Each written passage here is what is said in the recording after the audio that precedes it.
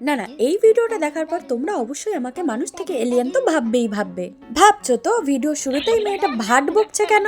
ব্লগটা হোলির হলেও এই ভিডিওতে তোমরা কোনো রকম বাদুড়ে রং মেখে ভূত হওয়া কিংবা ভাং খেয়ে নাচানাচি কিচ্ছু দেখতে পাবে না। এখন প্রশ্ন হলো কারণটা কি? কারণ এখন হোলি মানেই তো ভাং। আরে দাঁড়াও সবই বলছি, রুকো যারা, সবার করো।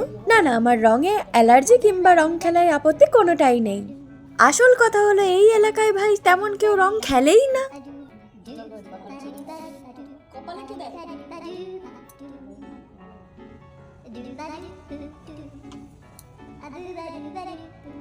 দাও দাও ভর্তি করে দাও। হ্যাঁ আর একটু দিয়ে দে, একটু সুন্দর করে আরেকটা এটা দিস না, এটা দিস দেখা যাচ্ছে দাঁড়াও ছবি তুলবো, যাচ্ছে কোথায় ভাব চলে গেল। হ্যাপি হোলি। রং খেলার দিন পুরো মুখটা একেবারে ফাঁকা থাকবে তা কি করে হয়? তাই নিজেরাই একটু রং খেলে নিলাম।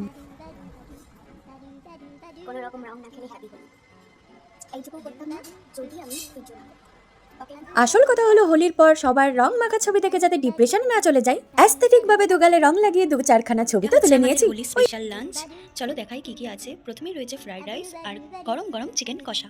তাহলে আজকের মতো টাটা।